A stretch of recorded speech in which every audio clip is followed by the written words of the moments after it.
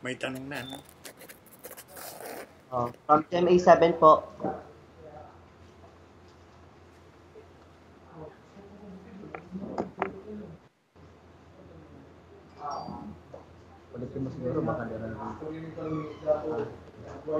Julie, may tanong na po from GMA7 kung bakit inatake ng NPA ang mga sundalo kahit may stocks. Inaatake ng NPA ang mga sundalo kahit may tigil putukan. Ay, ang mas maliwanag ng katotohanan, yung mga militar hindi umatras sa barracks nila nung nagkaroon ng ceasefire. At dapat kapag may ceasefire, sila ay umatras sa barracks, hindi mag-occupy ng mga komunidad at mga civic structures. Kaya ang ginawa po ng New People's Army ay umilag-ilag na lang sa panahon ng ceasefire, lalo na nung naging more than 5 months last year, no? Pero sa mga pagkakataon na walang ceasefire, talagang ang dalawang panig maglalabanan. Pero hindi totoo po yung yung may ceasefire at yung NPA ay sumasalakay. Ang sumasalakay ay yung mga puwersang militar ng Armed Forces of the Philippines na dapat umatras sa barracks. Ano po daw ang plano from Bubu Radio? Ano po ang plano para sa peace talks? Plano po para sa peace talks. Ang NDF handang makipag-peace talks. Basta ang naman ang umurong sa peace talks at nagdeklara ng termination kahit walang formal notice ay yung panig ni Presidente Duterte o GRP. Pero sa oras na sasabihin nila gusto nilang makipag-usap, bukas ang NDFP, hindi tatanggi sa pag-uusap dahil ang dating man ang dahilan dahil merong sandatahang labanan, kaya kinakailangan ng peace talks. Ang peace talks hindi kailangan kapag mayroon ng peace sa dalawang panig. Kaya may pangangailangan alang-alang sa ating bayan. Okay. Maraming salamat. May katanungan po si Sassy ng RMN. Siya na po ang magtatanong. Okay. Ano po ang masasabi mo tungkol sa gustong i-implementar ng Duterte administration yung national ID system? Pabor po ba kayo doon? At kung hindi, bakit? National ID system po.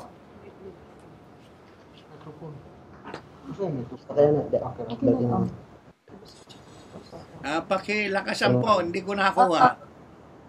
Mahinang dating. Okay, may tanong ko lang po kung anong masasabi mo tungkol sa national ID system na ipapatupad ng Duterte administration? National ID system na ipapatupad. Anong palagay mo? Anong tingin?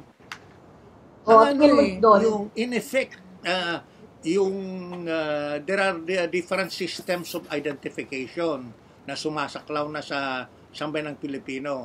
At yan ay otro gastos, additional na gastos. At kung paraan yan para manupil sa opposition, sa dissent, sa mga salungat, sa kasalukuyang gobyerno, hindi mabisang paraan yan.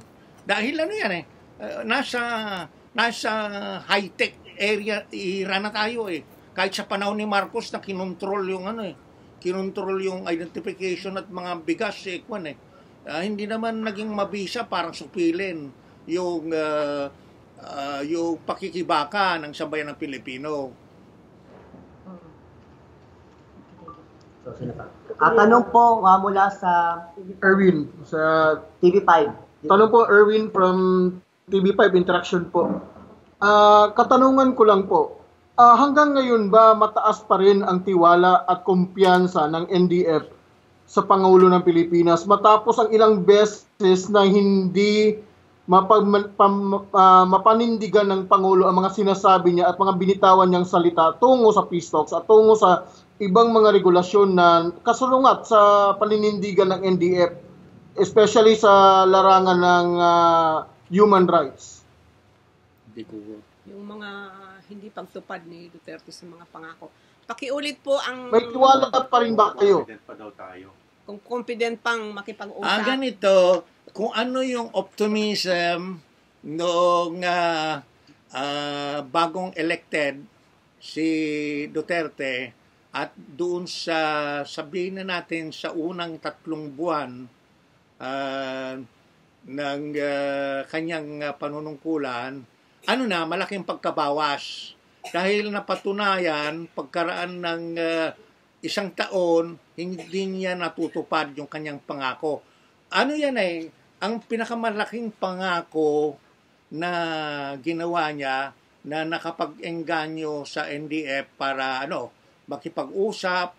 NDF pa nag-propose ng accelerated peace negotiations. Yung pangakong i-amnesty at i-release ang lahat ng political prisoner. Hindi natupad yan. Nag-release ng 19, tapos nagdagdag pa ng mga ilan-ilan, hindi lampas sa daliri, sa kamay. Mga 25 ang total niya. So, malayo doon sa pangako niyang i-release yung 400. Doon nakita na hindi marunong tumupad sa pangako si Duterte. Pagkatapos, tinabunan pa yan ng demand ng militar na surrender na kagad ang gagawin ng NPA. Yun gusto nilang mangyari. Kung anong hindi nila may panalo sa larangan, gusto nilang ipanalo sa lamesa yung surrender sa anyo ng protracted and indefinite ceasefire.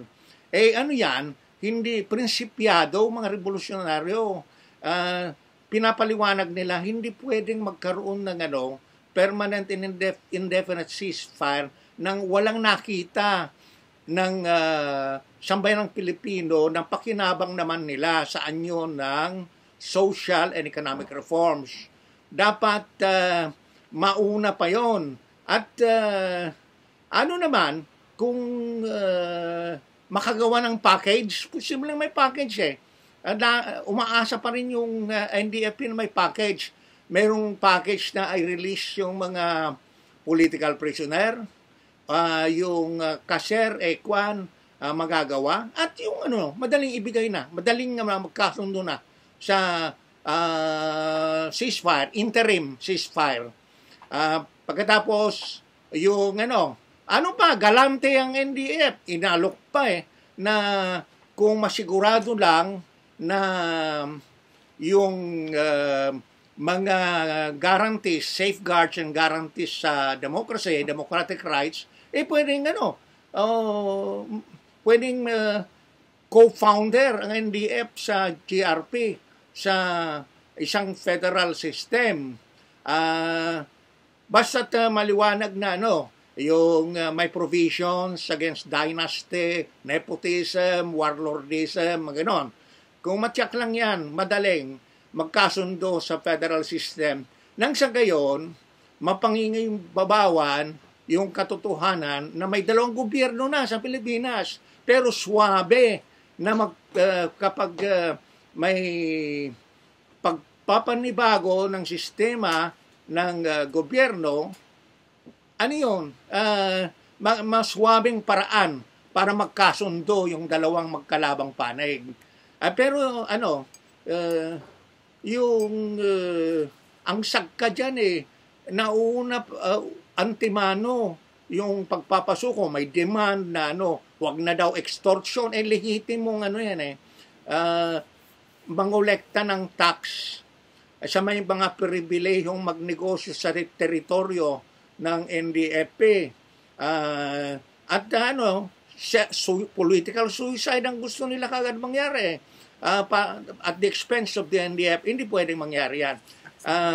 Kapag yung political and constitutional reforms may sagawa na, wala na, madali na. Siguro ilang pahina lang yung end of hostilities and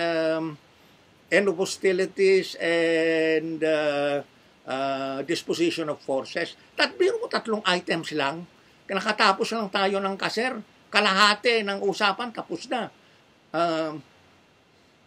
Pero hindi ba kayo nababahala na unti-unting kahit sa mga kabinete niya, unti-unting marami ng mga general, maraming mga former na mga sundalo, kernel ang pumapasok sa eksena ngayon at nawawala na rin yung mga kaalyado ng NDF at mga activist groups sa kabinete. At dahan-dahan kahit si Camariano ay sabi nila is hindi na rin daw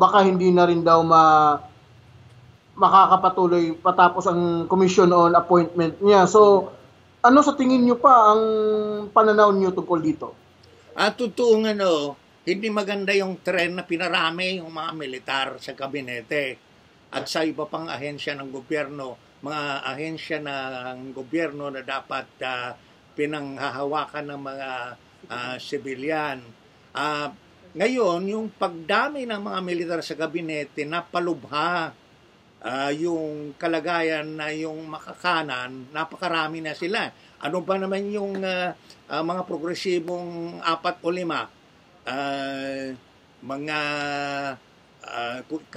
isama na dyan si Bello na may pagka-progresibo, 4 o 5 lang yung masasabing progresibo.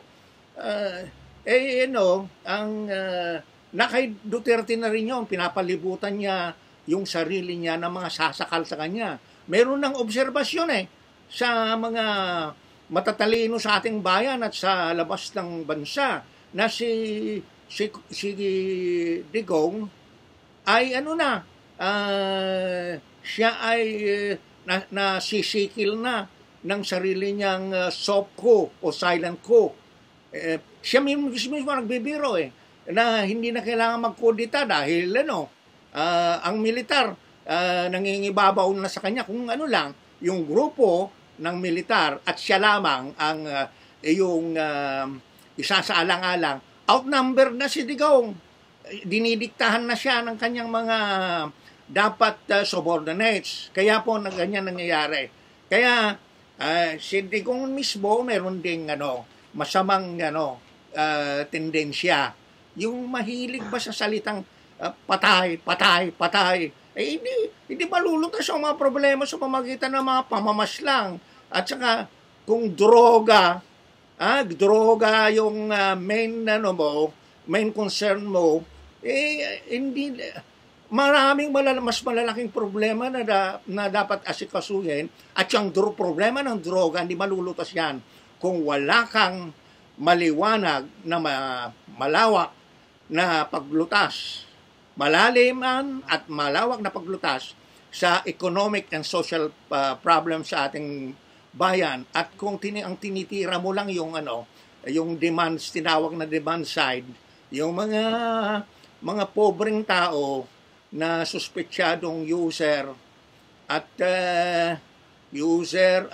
pusher, di malulutas kapag yung mga malalaking manufacturer at smuggler, mga drug lords na gumagawa niyan at yung mga protector nilang nasa gobyerno, mga gobernador, sa antas ng gobernador at general, hindi rin malulutas yung problema ng droga. At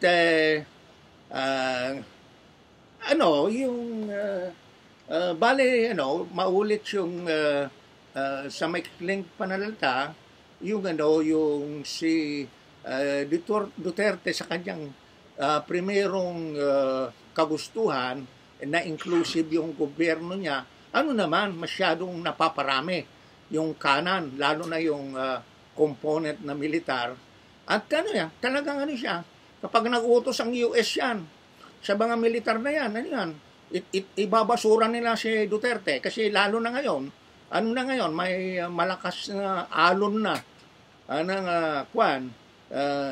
naglalantad na si Digong ay kulang-kulang sa programa para lutasin ang mga economic, social and political problems sa ating bayan.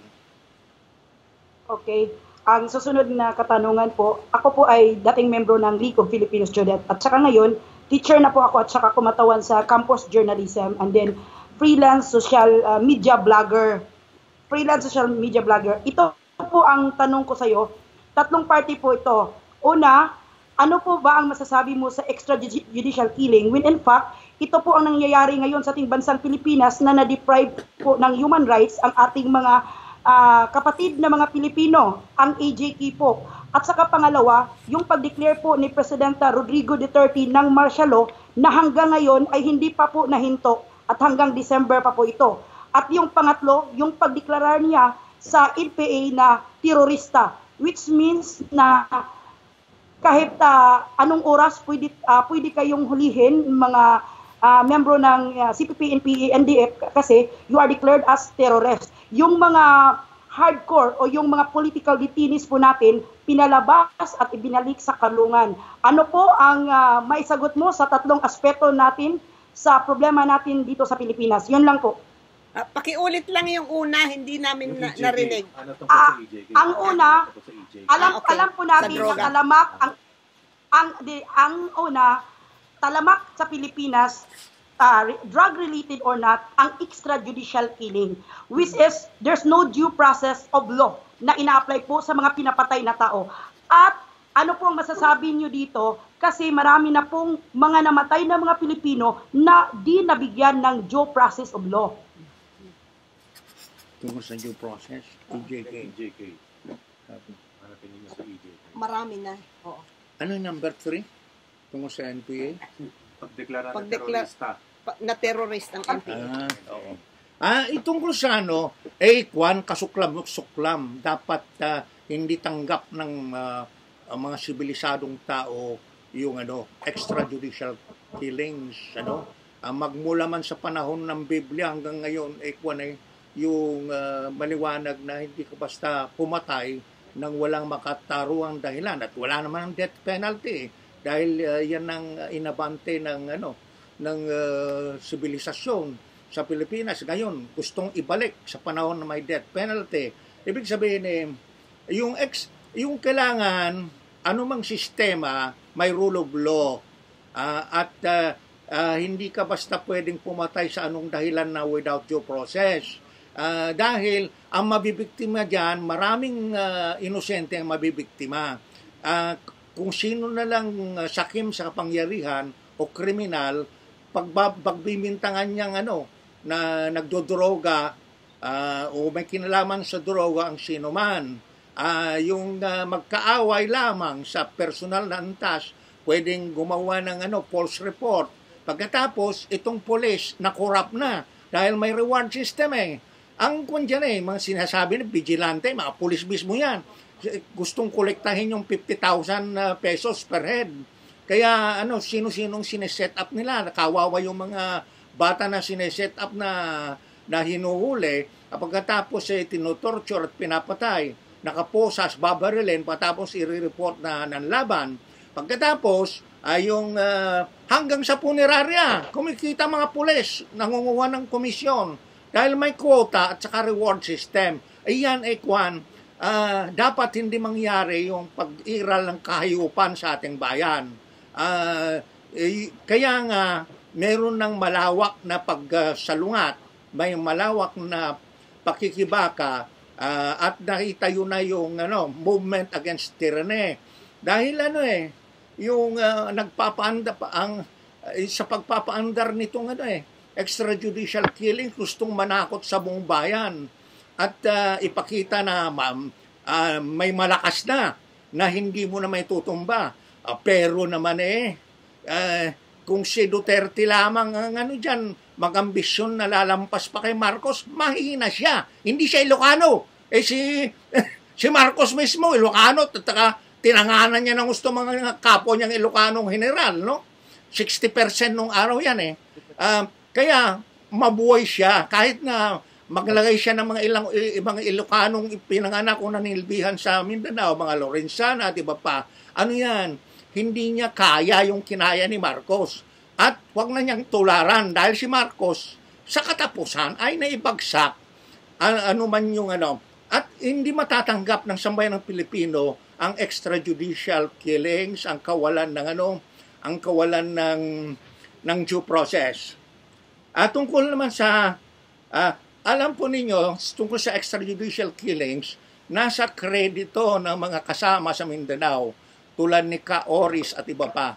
Maaga pa inayawan na nila yung bahagi ng extrajudicial killings. Primero, sinuportahan yung ay matinong kampanya laban sa droga. Pero nung may mga nabibiktimang inosente, pati NPA, pati mga masang inosente, pinararatangan na may kinalaman sa drug para patayin lamang, yon, nakita kaagad ng kilusan na hindi maganda ang patakaran at pamamalakad na ito. Tungkol naman sa martial law, isa pang nakapagbigay ng malaking warning sa kilusang revolusyonaryo, sa NDF, pati NDF, ay yung pag martial law sa Mindanao. Yung problema ay nasa Marawi. Pagkatapos, o sabihin mo na, problema sa mga Maranao, sa Lanao. Pero lampas sa Lanao, nagdeklara ng martial law at sinong doon kalalabanin ng reaksyonaryong gobyerno kundi kilusang revolusyonaryo. Kaya ito, idinadahilan yung Marawi City para labanan yung mga revolusyonaryo, lalo na ang NPA at lahat ng puwersa ng NDF. Pagkatapos, may paulit-ulit na pagbabanta na gagawing nationwide ang martial law. Kaya sabi ng mga publikasyon ng Partido Komunista ng Pilipinas, pag pinagsama mo yung martial law at tokhang methods of mass murder, ang maraming mamamatay dyan. Liban na lamang kung maghanda ang mga tao at maglunsad sila ng mga pangontra sa mga ganyang taktika. At kaya inagapan ng NDFP na ilantad ang masamang potensyal at potensyal ng marami ang pagpatay ng gobyerno sa mga kawawang tao sa ating bayan. Yung ganyan po ang martial law, yun ang nakapagbigay ng hudyat sa kilusang revolusyonaryo na masama na ang pinatutunguhan ng rehimeng Duterte, nagiging pasista na. Tulad na baka mas masahol pa kaysa pasistang rehimen ni Marcos. Tungkol naman sa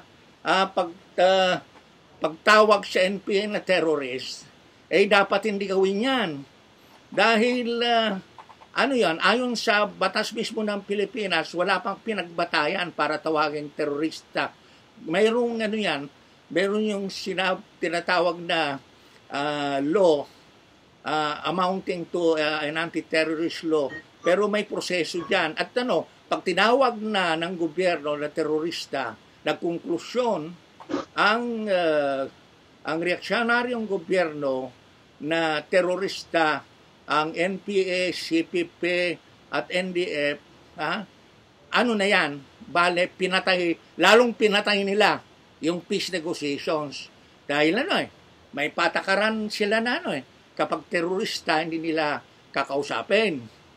So, yun ang masamang implikasyon at konsekwensya ng maluwag na pagtatawag na terorista ang isang revolusyonaryong puwersa na may katinuan, at may maliwanag na konstitusyon, programa, may maliwanag na mga prinsipyo at patakaran na isinasagawa para sa mga karapatan at kapakanan ng sambayan ng Pilipino.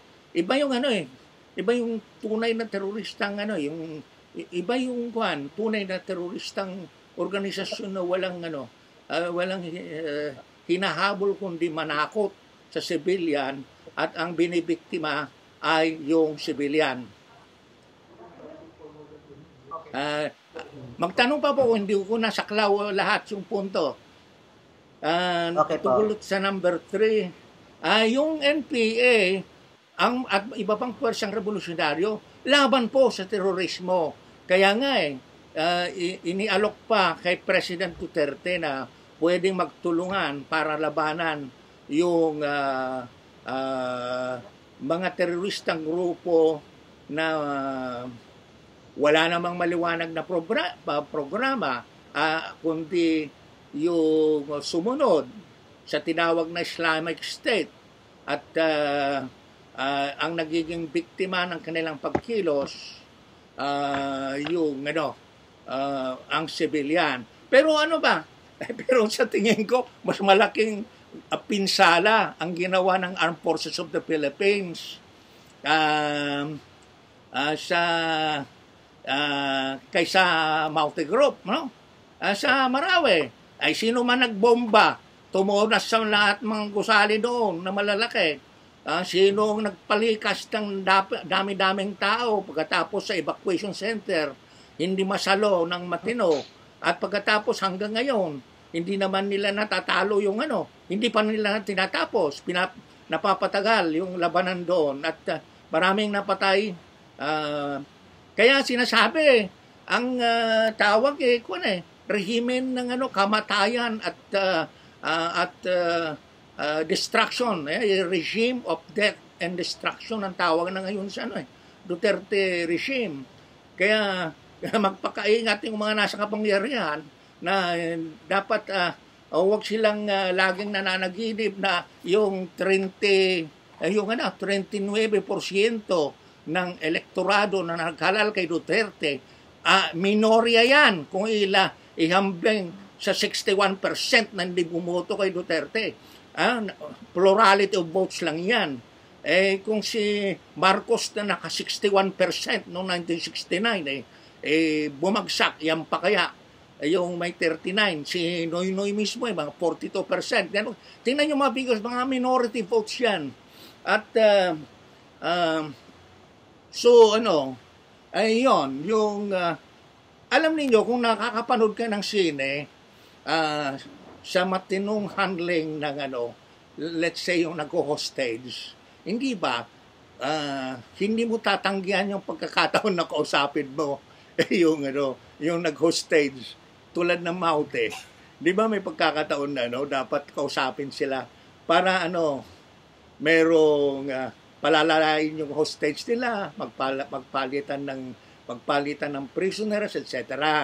Pero pag mahilig ka talaga sa pagpatay at paninira sa mga gusali, yung utos mo, sige, durugin ang Marawi para iligtas ang Marawi. Yan? Salita na sirang ulo yon. Okay po, may tanong po sa Mindanao Centro Delhi. Gaano po, clarification lang po, sir. Gaano kakatotoo na yung mga tauhan mo sa ground ay hindi ko muna kontrolado? Kaya nagkawatak-watak yung mga tao mo dito sa ground? Gaano katotoo daw na hindi na kontrolado yung mga tao sa ground? Yung mga kontrolado na. Ganito, alam mo, yung mga burgis na may-ari ng mga periodiko at yung mga nasa likuran nila, maaring US at iba pang malalaking negosyante, akala nila napakahina na ang kilusang revolusyonaryo. Konting intriga lang, magagamit pa yung peace negotiations para maghidwaan yung nag-negotiate at yung nasa larangan. Walang problemang ganyan po. Nagkakaisa yung NDF negotiating panel at yung mga puwersang revolusyonaryo nasa larangan at laging liniliwanag na ang nagpapasya tungkol sa peace negotiations ay yung kolektibong pamunuan ng kilusang revolusyonaryo na nasa Pilipinas.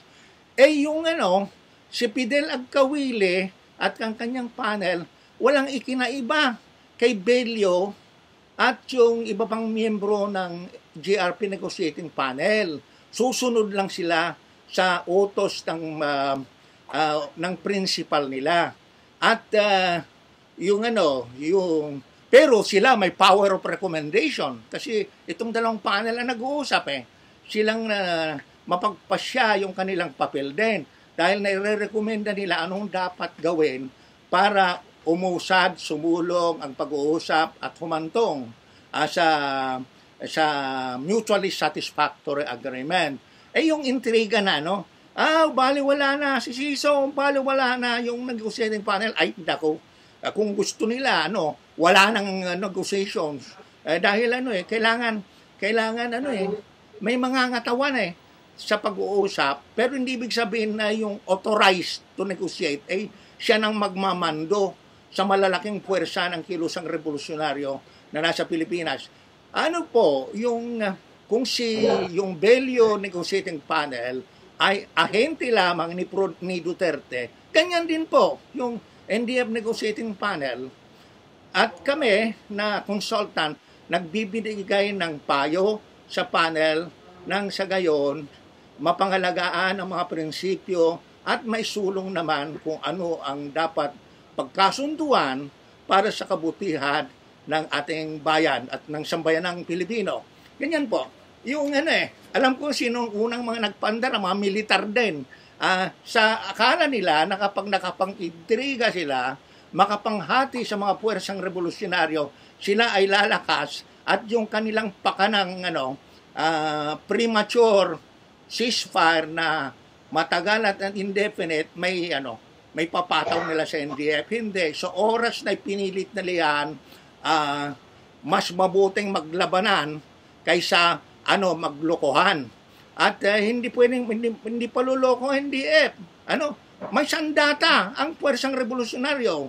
At kung ihambing natin kahit naglalabanan, pwede naman mag-usap habang naglalabanan Sa panahon ni Ramos, nakasampung mahalagang agreement ang dalawang panig. Hindi sila nag-ceasefire. Dapat tandaan ng mga militar na yan. Yung kapwa nilang militar na naging presidente, sa kanyang panahon, nakagawa ng 10 agreement, maraming agreement. Pero itong mga nagpipilit, itong mga natatakot, mga presidenteng natatakot sa militar, o kaya nagkukunwaring, militar na rin sila, nagsusuot pa ng uniforme ng militar, sa kagustuhan nilang ipakita na sila ay utu-uturo na rin ng militar, o kaya kapwa militar sila. Pag sundin nila yung pinakagunggong na ideya ng mga militar na ipapanalo nila sa lamesa, yung hindi nila ipanalo sa larangan, yan. Walang mangyayari sa peace negotiations. Dapat honorable, rationable, yung mga nag-uusap na kinatawan ng kilusang revolusyonaryo at makagawa sila ng kasunduan na ihahapak nila sa kanilang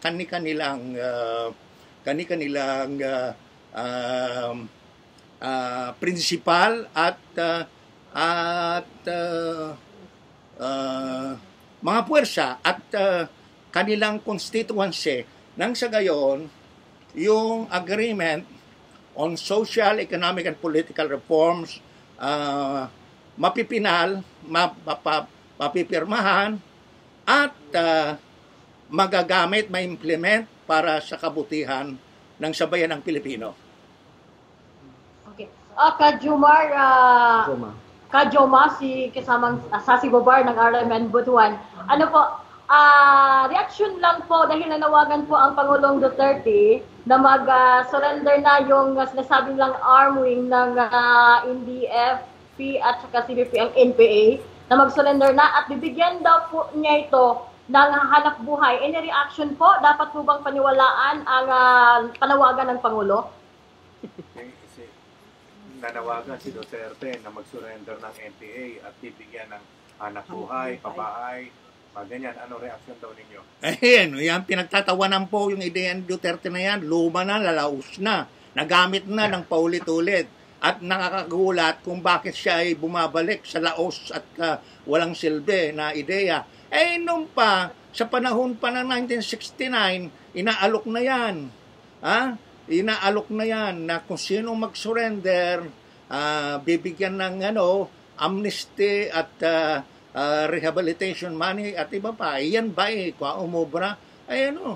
Lalong lumaki ang kilos ang revolusyonaryo, kundi dahil hindi natitigil yung labis-labis na pagsasamantala at pang-api sa ating bayan at yung lalo pang lumakas ang kilos ang revolusyonaryo nung nagpataw ng pasistang diktatura sa ating bayan sa pamamagitan ng martial law. Ginawa na ni Marcos yan, laos na rin yan. Kung ulitin ni Duterte, talagang hindi siya nag-aaral ng mabuti sa kasaysayan, tumanda na lang siya sa yung kanyang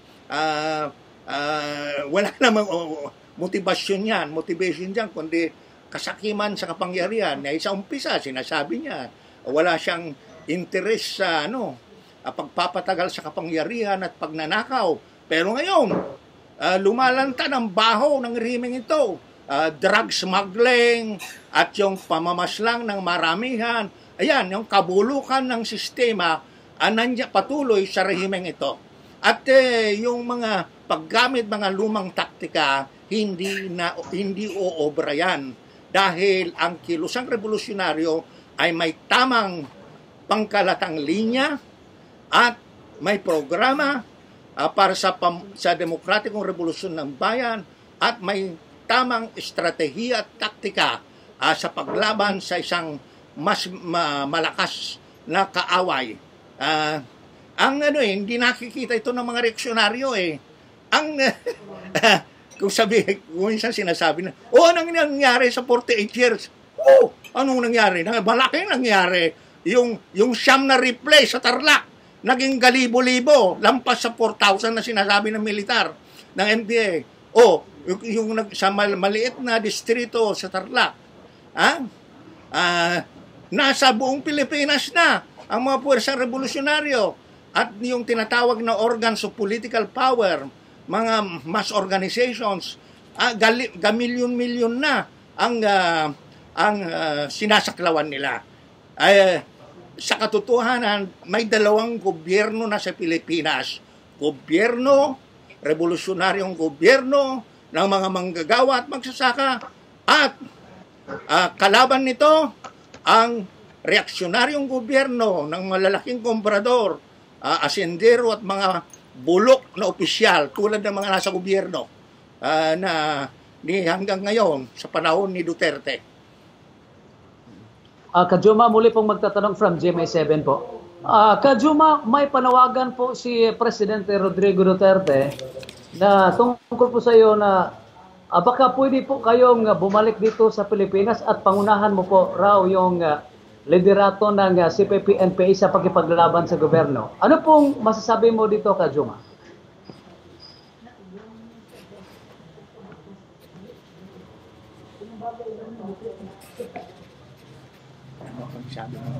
Paglaban sa gobyerno. Bumalik sa Pilipinas para pamunuan ang paglaban sa gobyerno. Alam po ninyo, habang narito ako at protektado ng European Convention on Human Rights, bilang rekonosidong political refugee, may laya akong gumawa, kumilos sa paraang ako ay pinakamabisa. Ang naman bisa ko ay pag-aanalisa sa pambansa at pandaigdigang kalagayan. Ang abilidad ko ay nasa research at pagsusulat at paglelektura. Yan po ang aking katangian. Hindi kailanman, kahit magaling ako bumarel, marksman ako, sa panahon ko, hindi ko naman pinagmamalaki na ako squad o platoon o company commander. Ako mga kasama lagi akong pinagsasabihan, diyan ka muna sa politico-military training. Ganyan. Kaya kinikilala ng mga kasama sa Pilipinas kung saan ako bagay sa pagkikibaka. Lalo nung sa ganitong edad ko, si Duterte, wag nang magkunwaring siya, siga-siga pa, at magaling naman dirigma. 72 years old na yan, 78 ako. Kunti lang naman diferensya namin. Huwag nang magpasikat na siya ay kwan. Magaling bumarel, no? Ngayon, dahil sa aking katangiang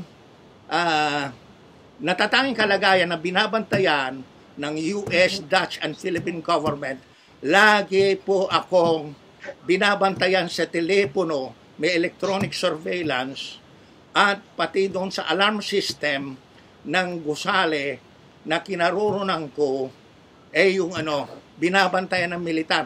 Oras na nawala ko ng 24 hours dito, na yan, isasabi na sa Philippine government na abangan ako. At kung inabangan ako sa airport, yan, either alukan ako ng mataas na posisyon o kung anong masamang gagawin. Kaya hindi ako yan. Sinabi ko na, pagbalik ko sa Pilipinas, gagawin ko sa panahon na may pagpapasya ng kilusang revolusyonaryo na yun ang pinakamabuting gagawin ko. At hahamunin ko kahit sino sa mga nangangantyaw, meron ba sa kanila ang lumaban ng 9 na taon sa pasistang diktadura at militar ni Marcos, sa panahon na pagkaliliit-liit ang kilusang revolusyonaryo at pwedeng mamatay ng madali ang mga namumuno? Sino ang nangahas? Yan, mga nagpagpipresentang bayani dyan magmula Marcos. Si Marcos collaborator pa ng Hapon. Pagkahuli niya sa Bataan hindi naman tumagal ng 1 taon yan sa labanan.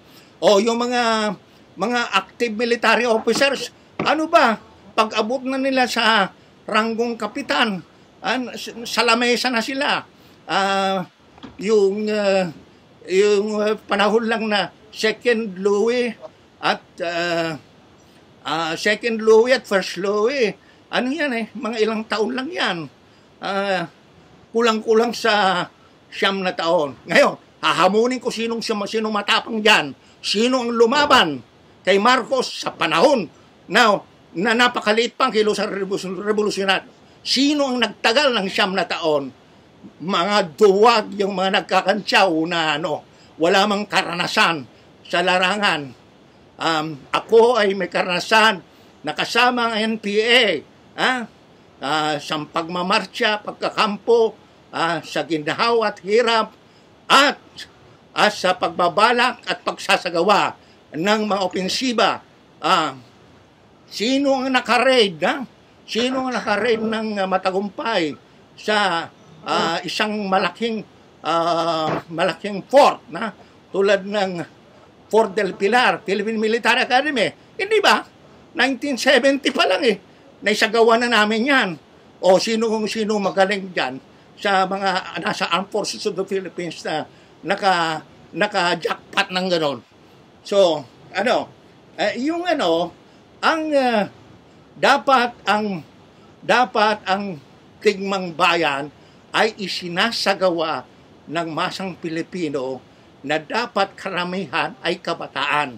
Dahil yung edad ng paglaban ay yung nasa 20s hanggang 50s.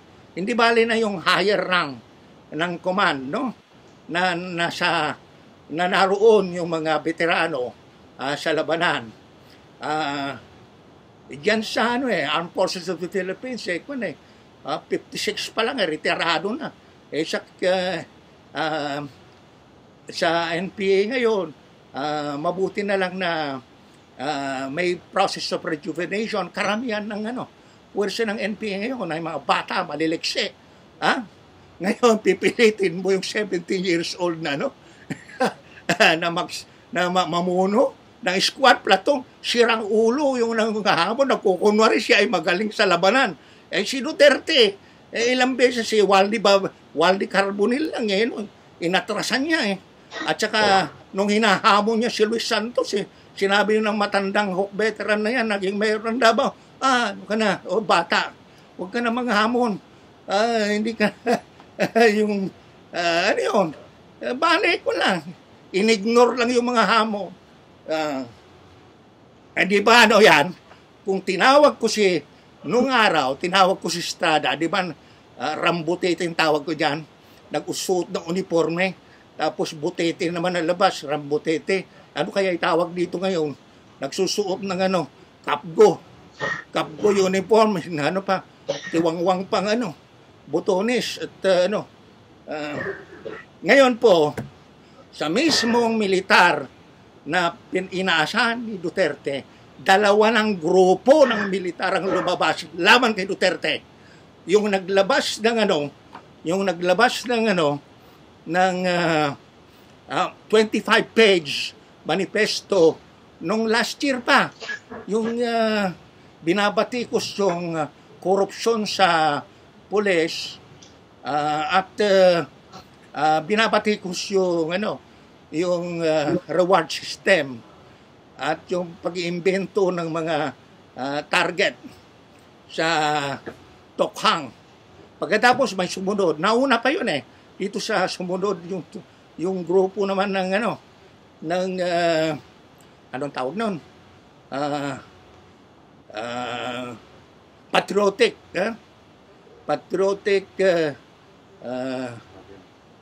and democratic movement sa mga officers din ng armed forces and At sa panahon ni Marcos, mga mumunting grupo yan nagumpisa. Pero lalaki yan habang may batayan na kasi may mga relatively decent na officers and men sa Armed Forces of the Philippines. May mga kababata ko, may mga kababayan ako, mga kamag-anakan ko. May matitino dyan. Ayaw nila, sinusukan nila itong mga pag-iimbento ng mga target para lamang makakolekta ng 50,000 per head. Kaya yung balak ni Anyo na itaas pa yung premyo bawat ulo sa mga suspetsado, itinataas sa 100,000 pesos per head. Ano yan? Magiging iskandalo yan at aayawan yan ng mga matatinong officer and men sa mismong armed forces. Kahit kinakalaban ng NPA yan, may relatively good people din yan na sumusunod sa rule of law, professional standards, at saka meron din silang moral principles kung ano man pinanggagalingan sa eskwela o sa kanilang relihiyon. Kaya yan, ang tamang NPA kapag hindi sinasaktan nila mga bihag nilang officer, sundalo, dahil karamihan mga sundalo, anak din ng mga manggagawa at magkasaka, sa mga officer, mga anak ng mga nasa middle class.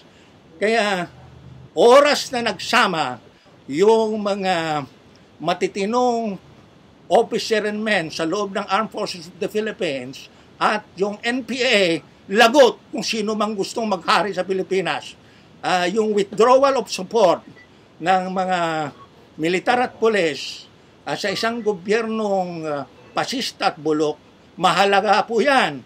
Kaya ngayon nanawagan ng Communist Party of the Philippines ng malawakang nagkakaisang hanay laban sa tiraniya, laban sa lumalaking panganib ng pasistang diktadura.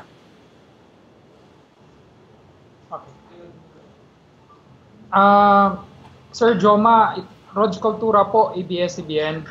Sir, ang tanong ko po, ngayong napigil ang peace talks, ano po yung update at may patutunguhan pa ho ba ang peace talks between sa NDF at sa government? May patutunguhan pa ba ang peace talks ngayong napigil? Meron tulad na sinabi, kahit na, kahit may mainitan ang sagutan sa pananalita, hindi mas mainit kaysa labanan.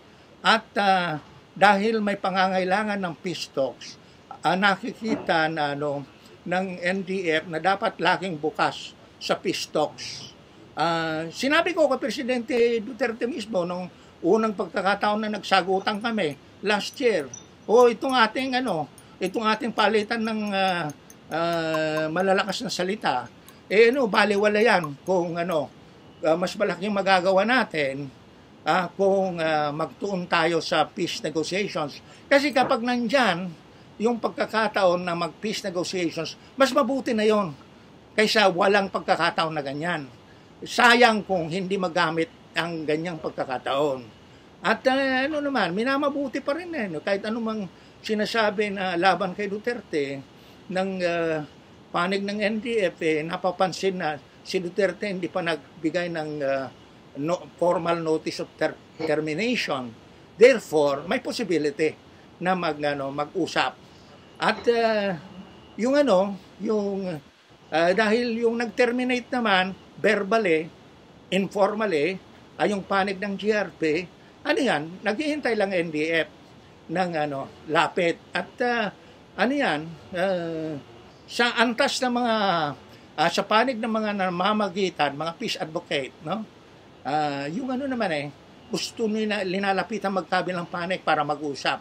At hindi na mahalaga sinong unang lumapit kung kanino. Importante, pinaglapit yung dalawang panig ng mga peace advocate. Kaya mahalaga po ang papel ng mga peace advocate. At hanggang sa antas ng Royal Norwegian Government, nandyan ang possibility at hindi tatanggihan. Dahil unitin ko, hindi tatanggihan. Laging bukas ang NDF sa peace talks. Okay. At sir, tatanong ko rin po. Meron ho ba kayong direktang communication sa presidente, kay Presidente Duterte? Nag-uusap pa rin ho ba kayo? Mayroon ba kayong communication line na direkta kayong nagkakausap? At kung meron man, ano ho pa yung mga napag-uusapan nyo? Okay. May direct line ba kayo kay Duterte? Ano daw napapag-usapan nyo? Meron, kung buhayin, dating meron. Pero ganito yan umiiwas ako dun sa mga verbal exchange sa telepono o sa Skype. Tipid ako dyan. Pagkatapos ngayon, yung mga dating lines of communication parang inabutan ng mainitang mga pangyayari pagkatapos. Pero ibig lang sabihin niya, may mga taong nag-uugnay sa amin. Madali namin buhayin yung aming ugnayan. Ako, bukas dyan, kapag may lumapit na, namamagitan, laging welcome yan. Tinitingnan ko kung, maging mabisa ba yung pagkilos ng namamagitan para yung dalawang panig mag-usap muli. Okay. Sir, last question lang. Reaction niyo po, sabi kasi ng mga Marcos, gusto nilang ibalik yung iba sa mga nakaw na yaman sa gobyerno para magamit. Ano ho ang reaction niyo dito? Ano reaction niyo Marcos sa sinasabi ni Marcos na gusto nilang ibalik yung inakaw na yaman? Sa gobyerno. Antimano, tinatanggap na gumawa sila ng kriminal, na bagay, si Marcos unang nagnakaw. Tapos ang criminality naman ng mga nagmamay-ari sa ninakaw ni Marcos, itong mga asawa at anak, sila complicit sa pagnanakaw at pagtatago ng ninakaw. Ngayon, hindi alam po ninyo, bagong labas pa ako sa preso 1986, yung ilang abogado na kakilala ko, nananaginip na baka sakali may compromise. Kung ang tansya ninakaw ni Marcos ay 15 billion, ibigay yung 5 billion sa kanila at 10 billion ibibigay sa gobyerno. Pero sa tingin ko, abot sa at least 20 billion ninakaw ni Marcos. Ngayon, pero magmula pa, 1986 yan yung mayroong pabitin ng mga Marcos na pwede silang makipag-compromise. Ang delikado dyan, kung bibigyan ng kung anong immunity o clearance antimano. Mga Marcos, hindi sila basta magbibigay ng isang kusing na wala silang antimanong garantiya na sa kanila yung more than 95% ng ninakaw ni Marcos. At pero ngayon mga Marcos siguro natatakot na yung mga iba pang nakatabi. Alam po ninyo, yung si Marcos mga damis. Mga dami naging may-ari na. Naging may-ari na ng mga ninakaw ni Marcos. Ngayon, yung nakatabi na nasa bank accounts at kung ano pa, securities, siguro yung itong mga herederos ng ninakaw nangangamba na pati yun mawawala, no? Sa oras na dahil sa yung mga Panama, yung pagtatago ng pera sa Panama banks nabulgar na. At yung may mga may mga paraan kung bakit mawawalan sila ng kontrol, kaya nagkukumahog siguro na magamit nila si Duterte para antimano, pero makuha silang clearance na may lilipat nila yung nakaw na kayamanan sa iba pang accounts. Ganun po. Alam po ninyo, pamilyar ako sa mga lipat-lipatan na yan dahil yung may research yung ginawa kaugnay ng human rights case namin laban kay Marcos. Yung isang yung isang research na nakita ko umaabot ng at least 5 billion na trace. Pero pag ungkatin mo na, nalipat na. Ayun, ang problema ng mga Marcos, paano nila bawiin yung mga ninakaw nila na inangkin nila Lucio-Tan, Eduardo Cuangco at iba pa, no? Yung sino pa, yung PLDT na bale magagaling yung abogado doon para yung lusawin man yung previous ang tawag yan, counter documents. Alam po ninyo yan sa mga nagnanakaw, yun, lalagyan nila sa pangalan ng iba yung ninakaw, pero may counter document yan. Ngayon, kung magaling yung dami at namatay na yung yung mabagsik at matalinong tusong nagnakaw, yun, lulusawin nila yung effectivity ng counter document sa likuran ng pamukhang document, no, na nasa ngalan ng dami. Ganyan, yan siguro problema ng mga Marcos. Hindi dapat tanggihan yung alok ng mga Marcos dahil walang mangyayari diyan. Mabuti tuntunin kung saan yung saan nakatago para maibalik sa sambayan ng Pilipino ang mga ninakaw na yan. Gagawin pang complicit sa crime si Duterte. Biro mo, tinatanggap na ninakaw. Ibabalik nila yung bahagi ng ninakaw. Yan? May komisyon yung nasa gobyerno. Pagkatapos, sa kalabas-labasan, sinsilyo pala. Sinsilyo, barya-barya pala yung bibigay sa sambayan ng Pilipino.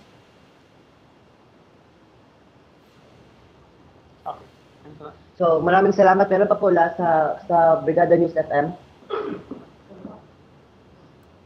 Magandang hapon sa Juma Season. Anong pananaw niyo po tungkol sa ang gusto mangyari ni Pangulong Duterte, yung federalismo? Anong pananaw niyo sa federalismo na isinusulong ni Pangulong Duterte? Pananaw sa federalismo na isinusulong ni Duterte. Ang sinabi ko na sa isang remarks ko sa peace negotiations, may magagaling na halimbawa yung unitary form of government. Meron ding magagaling na halimbawa para sa federal form of government. Depende sa anong ipapalaman mo sa konstitusyon. Sa ganyang konteksto, yung unitary form of government dito sa kaso ng Pilipinas, parang nabulok na, no? At para bang may pag-asa na yung federal system makakapag-integrate sa tamang paraan sa mga puwersang bangsamoro at mga puwersang revolusyonaryo ng NDF para may pagkakataon na ganon. Pero hindi may pagkakataon, pero may panganib at may posibleng pakinabang kung magkasundo ng matino ang lahat ng lahat na magkakasundo para magtayo ng federal system. Pero dapat may mga garantiya na yung mabubuting parte ng 19 provision ng 1987 Constitution ay mananatili at may safeguards and guarantees against dynasties, nepotism, warlordism, at iba pa. At dapat din tiyakin, alam mo naman, wala naman federal system na yung central government naniniyak na kanya yung policies on war, on national economic development, and foreign policy. Basta yung tama yung mga provision, kaya nga may peace negotiations tungkol sa political and constitutional reforms nang sa gayon magkasundo yung GRP at NDFP kung paano isagawa yung federal system. Pero yung may pagsisikap at pag-asa tayo na abutin natin kung talagang gusto pa ng GRP ng peace negotiations. Maganda sanang pagkakataon yan. Sinabi ko na kanina, masuswabe yung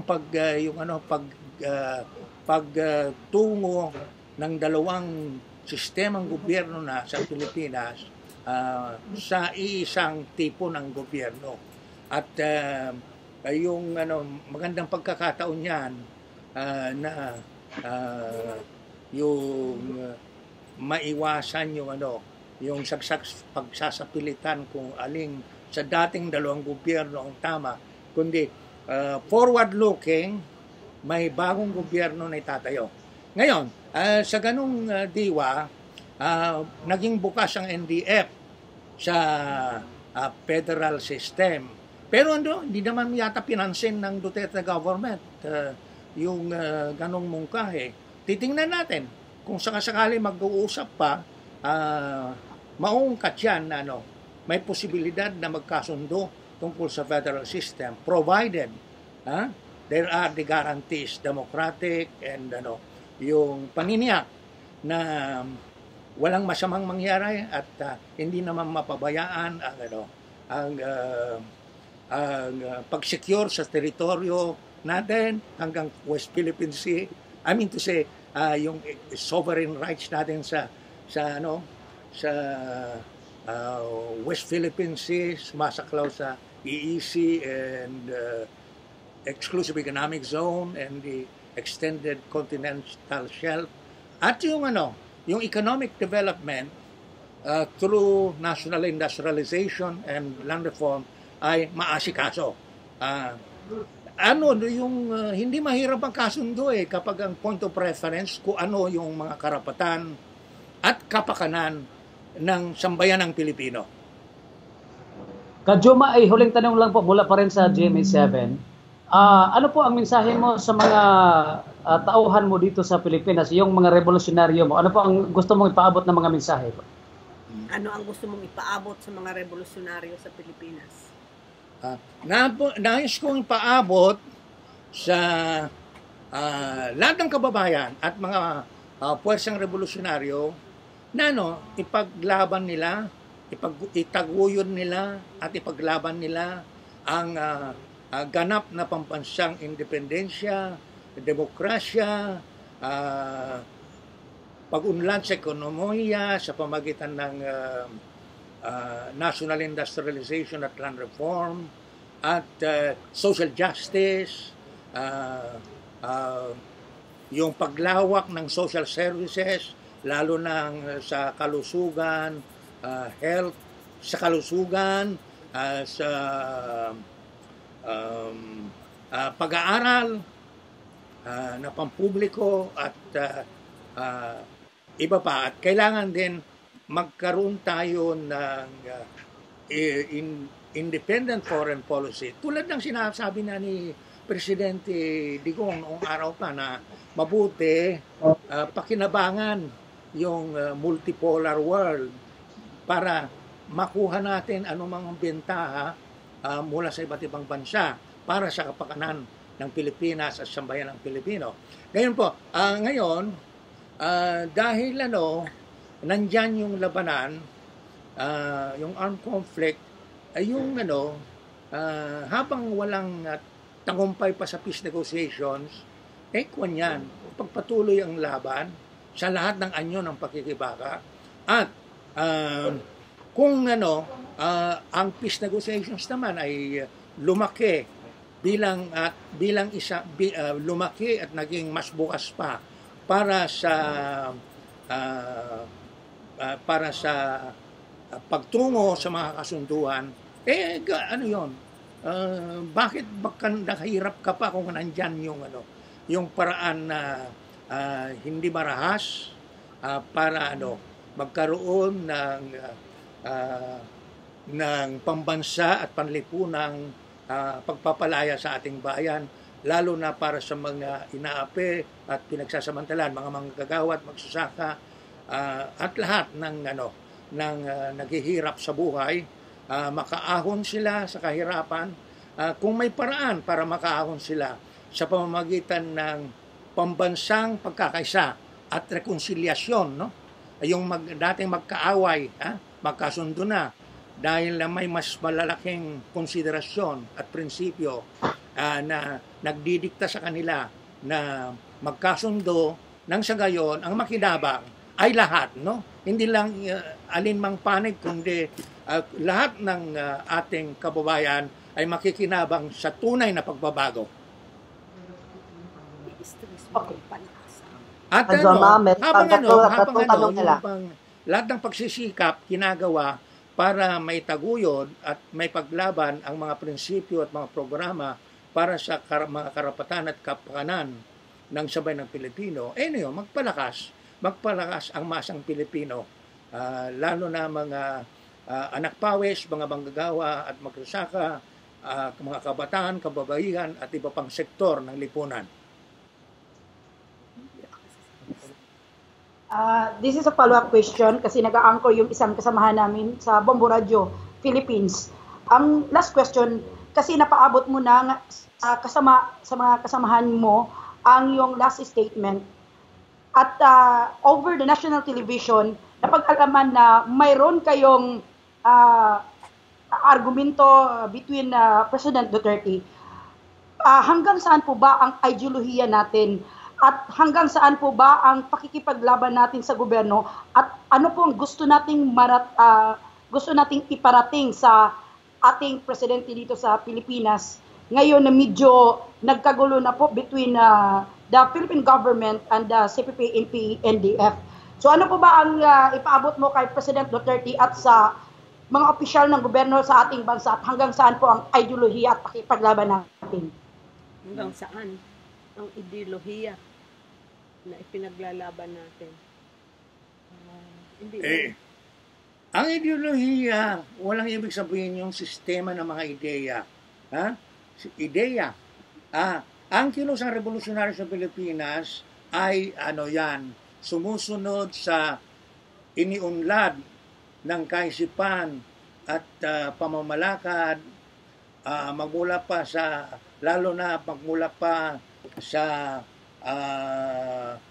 pambansang demokratikong revolusyon ng 1896.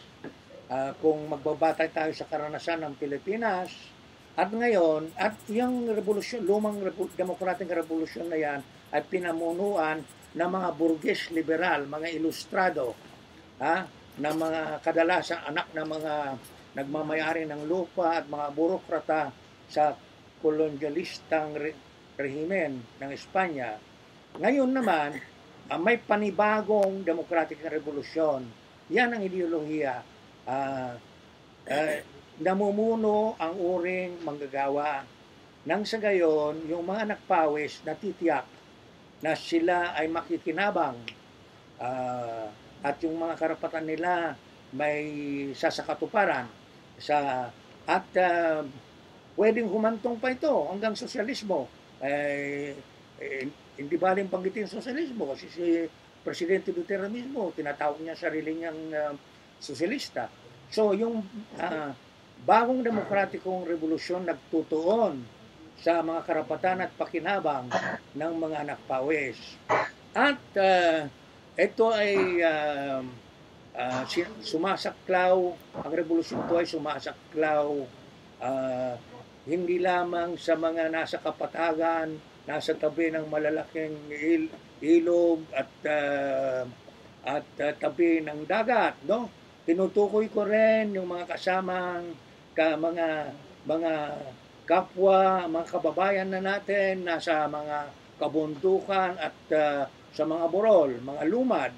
Kasama sila at kasama na rin yung nasa malalawak na kalupaan, yung mga pangsa Moro. Dapat kasama sila sa pagsulong ng sambayanang Pilipino. At sa ngayon, nasa Maynila yung mga naglakbayan 2017 at nagkambuhan na at tinatawag ang pansin ng sambayanang Pilipino at buong daigdig sa mga problema na dapat lutasin at dapat magkasundo ang GRP at NDFP kung paano bigyan daan ang mga karapatan ng mga lumad at bangsamoro nang sa gayon matatanggap nila kung ano mang sistema ng gobyerno na may titindig sa ngayon. At ang kayamanan ng Pilipinas ay nasa mga lugar ng mga lumad at bangsamoro, kaya pinagkakainteresan ng mga dayuhang imperialista at mga naghaharing uri ang mga kalupaan, mga kanilang diyan ang nagbubuo ng mga diyan gumagawa ng laging, gumagawa ng mga plantasyon, diyan nagmimina. Ang likas yaman ay nasa mga lugar na yan. At mabuti na ang kayamanan ng Pilipinas ay likas na yaman ay maproseso sa mismong Pilipinas nang sa gayon makinabang ang lahat na ating kababayan.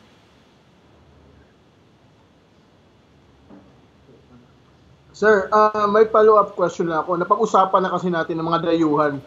Ano yung reaction ninyo na biglang nagbago ang stand ng Pilipinas ngayon tungo sa claim ng South China Sea ng China? Anong masasabi nyo dito sa pagiging pangahas na ngayon ng China na unti-unti silang lumalapit mismo sa mga isla ng katulad ng Kalayaan na namataan na ngayon na mas malapit na ang mga mangingisdang China at ang barko ng China dito?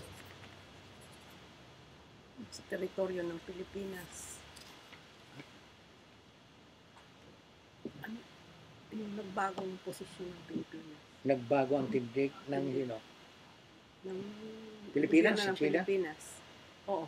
Yung tungkol sa paglapit ng ng China, panghihimasok ng China sa mga teritoryo, yung mga fishermen na nangingisda na sa Philippine territorial waters.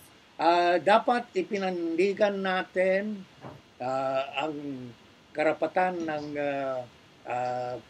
Pilipinas at ng sambayanang Pilipino sa territorial sea, sa exclusive economic zone at extended continental shelf. Alinsunod sa UN Convention on the Law of the Sea na pinirmahan ng China at Pilipinas at iba pang mga bayan. Ngayon, dapat masunod yan. Malaking pakinabang ng Pilipinas na last year nanalo sa kaso na hinusgahan ng arbitral tribunal dito sa Netherlands, sa The Hague. Maliwanag na atin yung tinawag na West Philippine Sea, ang sovereign rights atin sa exclusive economic zone at extended continental shelf. Sinabi ko na, yung China na yan masyadong swapang at sakem. Ipinapalagay na kanya yung 90% na ng China Sea. Mga British cartographer lang naman yung nagtawag na China Sea yan . yung iba naman tawag, yung Indian, porque tinawag pa yung ocean, Indian Ocean, sa India ba? Yung yung 90% niyan. Kaya yun ang kalokohan. At saka yung suzerainty ng China sa sinaunang panahon, hindi na obra yan. Tulad ng Italy, hindi niya pwedeng sabihin under the Roman Empire, kanya yung Mediterranean at kung ano mang sinakop ng Roman Empire. Kaya ang masunod, dapat UN, Convention of the Law of the Sea. At dapat tandaan ito, mahalaga ito, trillions of dollars worth of gas and oil nasa ilalim ng nasa ilalim ng West Philippine Sea. Pag yan ay na-develop at ginamit, sapat, labis-labis na sapat, na gamitin yan para sa national industrialization at land reform. At labis-labis yan para sa infrastructure building. Pero dapat unahin natin yung national industrialization para makalikha tayo ng trabaho para sa mga kawawang Pilipino walang trabaho o walang sapat na trabaho, mababang sahod at mapigilan na yung pag-alis sa loob ng ating bansa ang milyon-milyon. Biro mo, 10% of the population, 20% of the manpower umalis sa Pilipinas para maghanap buhay sa mga bansa na sila ay tumatanggap na below the standards of the host people, yung sinasahod at hindi ganap, hindi lubos ang mga karapatan nila.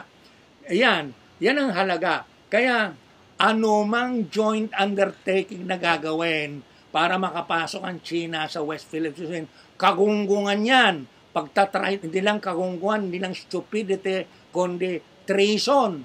Oras na pinasok mo ang paa ng China dyan sa ating exclusive economic zone at tatadyakan na tayo niyan. Ipapatutungo na niya yung sinasabi niyang kanya, yung 90%. At manghihimasok na sa Pilipinas ang gusto. Kaya katraidoran yung gagawin mong partner ang China sa pag-develop ng oil and gas resources sa West Philippine Sea. Kalokohan yan. Ang makikinabang lang diyan kung ilang pamilya na nasa kapangyarihan ngayon. Hindi mapapakinabangan para magkaroon ng national industrialization. At naman, sa katotohanan, tatlo lamang yung pinakamagaling sa undersea exploration and development of energy sources. Yan ang Norway, Statoil ng Norway, yung Shell ng British at Dutch at yung Chevron ng US. Siyempre, yung tingnan mo kung sinong pinakamagaling diyan at kapag US at British yan masyadong higante yan. Baka yung pang Norwegian ang pwedeng kapartner ng matinong state corporation na pwedeng itayo ng Pilipinas para ma-develop yung oil and gas resources. Sayang kapag isa pang big energy source yung nasa east, pero doon maliwanag, mismo China nagsasabi wala silang claim doon, yung methane nodules doon sa east of Isabela and doon sa eastern side ng Pilipinas. Ang laki ng resources natin. Sa katotohanan, mas maswerte tayo kaysa mga naunang naging industrial na bansa. Nasa atin ang halos lahat ng mineral ores na importante sa industrial development ng Pilipinas. At ang mga Pilipino, hindi patatalo sa talino, sa siyensya at teknolohiya. Dapat ma-aprovecha yan para may sulong ang ekonomiya at buong buong kalagayan ng Pilipinas. Kajoma, maraming salamat po sa sa time na to, sa pagbibigay ng sagot sa mga tanong ng mga kasamahang media. Mayroon lang po konting mensahe na ibibigay sa iyo mula sa National Union of Journalists of the Philippines, Butuan City, magbibigay po ng maikling mensahe lang po para mula dito sa Butuan, ibibigay po sa inyo. Bibigay ko po sa inyo si Rog Kultura ng ABS-CBN. Sir Joma, maraming salamat po at pinaunakan niyo po ang mga media mula dito sa Butuan City para po kayo ay makapanayam. At narito po ang Trimedia. Meron din pong online, may sa print, may sa radio at sa TV. At malaking bagay po na marinig namin kung ano ho ang inyong mga reaksyon at mga pananaw sa iba't ibang issue na kinakaharap ngayon sa bansa. Nagpapasalamat kami mula dito sa National Union of Journalists of the Philippines sa Butuan City. At nakasama po namin kayo sa hapong ito. Anong oras na ba? Siguro gumagabi na. Mula dito sa Pilipinas, magandang gabi po sa inyo at sana po we keep in touch at patuloy pa rin po namin kayong maabot para sa kung ano man ang inyong mga pahayag sa mga iba't ibang issue pa na maaaring lalabas sa susunod na buwan o sa susunod pa na mga panahon. Sana makaulit namin, makasama namin kayo ulit sa susunod na panahon. At hanggang sa muli po, mula sa amin dito sa media sa Butuan City, sa Caraga Region, magandang gabi po sa inyo. Salamat po. NUJP sa Butuan City. Ako ay nagpapasalamat sa NUJP at lahat ng kasali sa ating panayam. Malaking pagkakataon ito para may pahiwatig ko may pahayag yung aking posisyon sa mahalagang issue at yung mga tanong naman ay nakatuon sa mga mahalagang issue at hanggang sa muli po, mula sa amin dito sa media sa Butuan City, sa Caraga Region, magandang gabi po sa inyo. Salamat po. NUJP sa Butuan City. Ako ay nagpapasalamat sa NUJP at lahat ng kasali sa ating panayam.